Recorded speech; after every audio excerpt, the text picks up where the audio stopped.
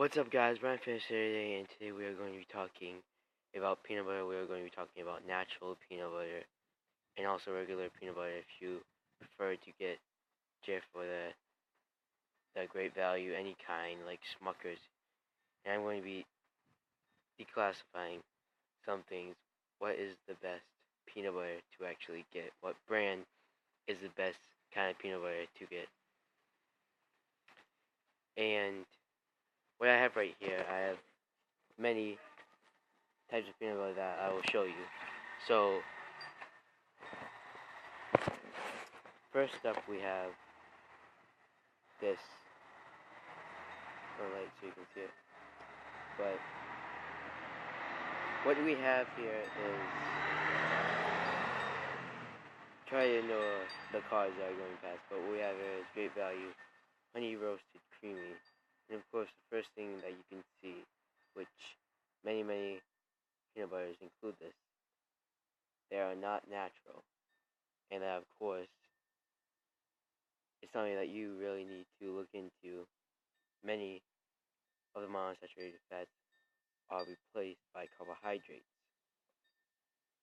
So if you do have problems with carbohydrates, correct amount of carbohydrate level, if you increase your intake of actual regular plain peanut butter, then you are going to have a high chance of getting low or high blood sugar. And if you constantly that sugar keep on increasing it, you're going to get high blood sugar. Your carbohydrate level is not going to remain the same. It's going to be corrected, and you are going to have many problems, and you're going to get into solutions on how to fix that. And just to prevent all of that, you want to stop getting the peanut butter that is high in carbohydrates and start getting the peanut butter that is actually high in monounsaturated fats. And monounsaturated fats right here. Now, this is the key right here, monounsaturated fats.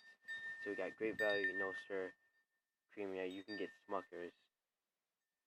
Very ironic how they make a lot of the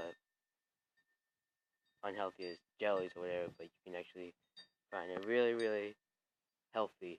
You can see the olive oil that is actually used with the nuts, and again, it's not stirred, so you might want to get something stirred like what I have right here, which that'd be a better option to get it stirred, so you don't have to do the actual work. You can just pop it out.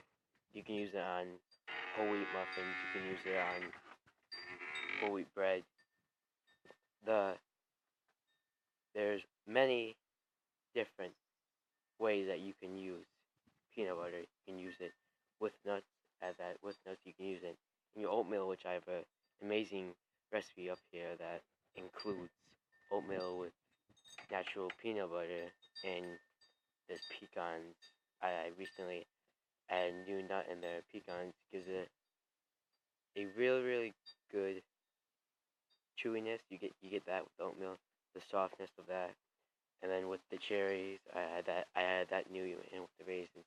Get the dryness of that, which the tartness, it brightens the oatmeal up, so it's more tasteful for you. And again, it's healthier. You're not getting brown sugar. You're not adding that in there. You're not getting the Quaker, ready-made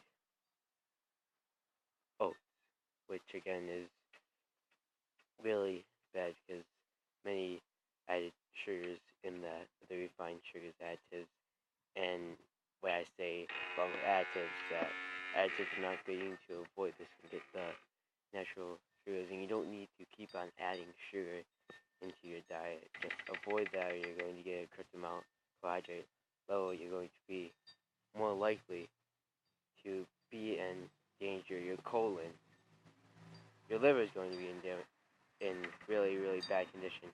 Again, if you keep eating these refined sugars, you're going to have chances of being more a victim to premature death, type 2 diabetes. Goes along with any kind of sugary beverages. You need to decrease the intake of that to maintain your carbohydrate level, to make sure that it does not get corrupted. And excuse me, guys, but I'm just gonna get my hands in my pocket because they're freezing really bad right now. Oh, goodness. So it'll be good for goodness sake. But surprisingly enough, semen is actually a really good source of protein. Now, you get approximately 200 grams of milligrams of protein and just 4 ounces of semen.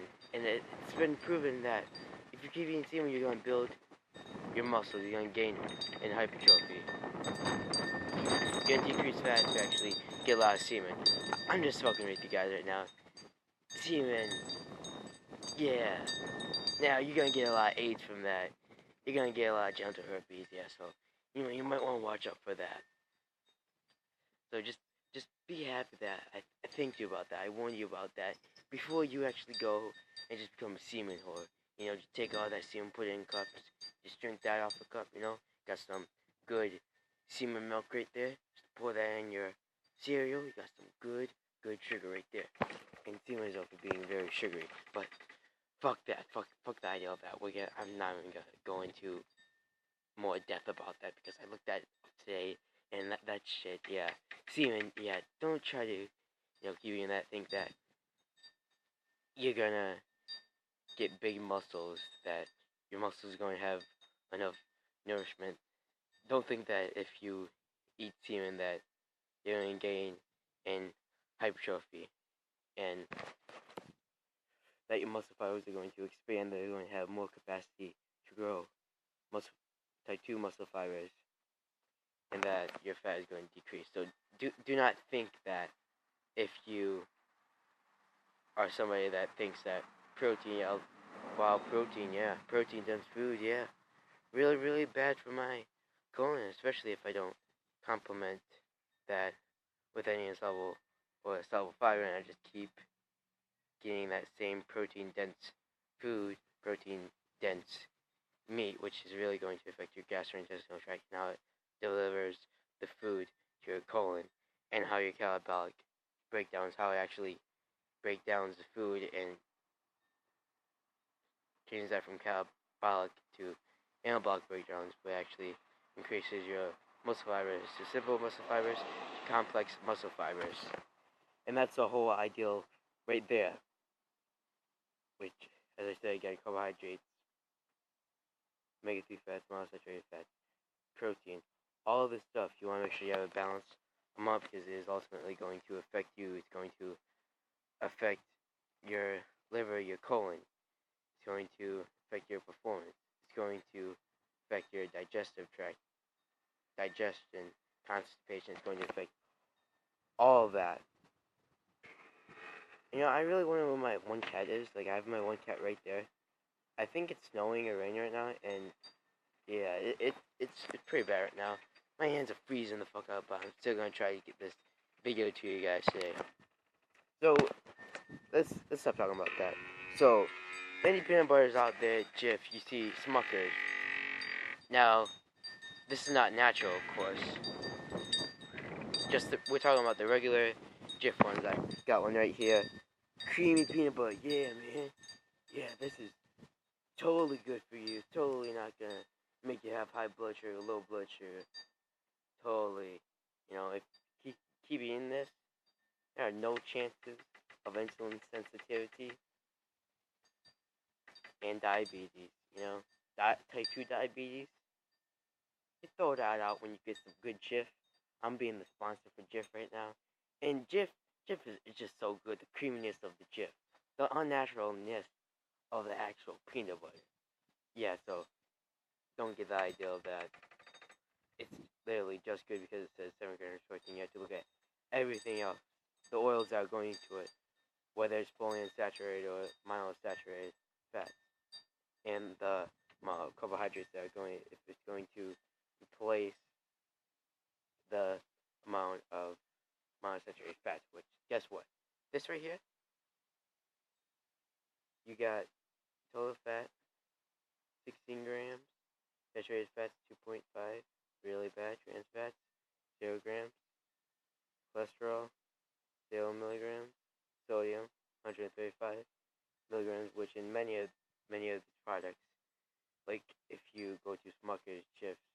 they're gonna put a lot of salt into it, a lot of added salt as the main ingredient, and that's going to give you that bitterness. And that's why many people are attracted to this rather than natural peanut butter, which I just showed you guys.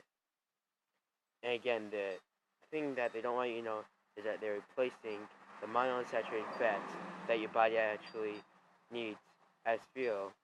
And monounsaturated fats, again, are found in nuts, many oils. It's literally going to replace that good factor right there. It's going to take it away, and it's literally going to be putting carbohydrates in place for that. And that, again, is not really good. And as you can see, it admits to some of its guilty crimes right here, which contains high fructose corn syrup. And just because it says the sugar is low, it doesn't necessarily mean that the dextrose monohydrate, that the actual high fructose corn syrup is low, because that is another form of sugar, 3 forms of sugar right there, that is really, really bad for you, and again can increase the chances of having your liver fail, of getting premature death, literally dying, and getting type 2 diabetes, which is, again, really, really hard to deal with, because you gotta deal with all your insulin, your body making insulin. It's not going to be making insulin because you haven't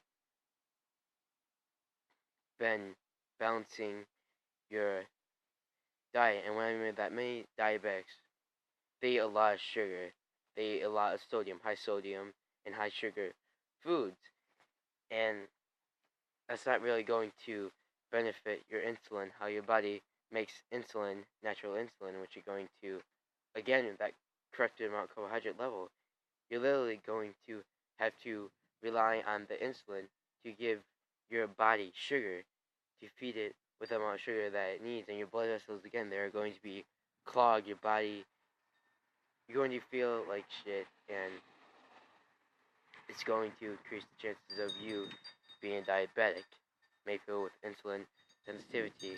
Again, they're diabetic, they don't just have insulin sensitivity, they're literally a diabetic because they had a corrupted amount of carbohydrate level, a high amount of sugar, blood glucose level that, again, affects your blood vessels and your amount of fat to actually push the muscles out of the way so the muscles can't develop correctly, and that your muscles don't benefit you, and you're not getting the correct nutrients, of course, if you just keep eating sugar, if you keep eating high sodium foods. This goes along with your colon too. Everything you put into your colon is going to affect your performance, it's going to affect your vital muscles, your vital organs, your other vital organs. Is going to affect it.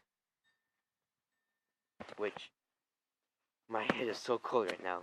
But again, as I was talking about that, the insulin sensitivity, that's the main thing right there. Again, my grandma's a diabetic, as I mentioned in the one video, and her carbohydrate load, she really can't maintain it. Her body is literally failing. She's literally passing out from low blood sugar, which you can see in many people that have low blood sugar. Hypoglycemia, hyperglycemia is high blood sugar. And low blood sugar is, again, when you have a correct amount of carbohydrate level, and that you literally need sugar, you're going to pass out. And being diabetic is actually worse from having low blood sugar or high blood sugar, because being diabetic, that cannot really go away. It takes a lot of actual work to get your body, to heal your body, to get the correct nutrients, and to actually make your body want these nutrients over and over again. It takes a long time. Whatever you do to your colon, it takes a long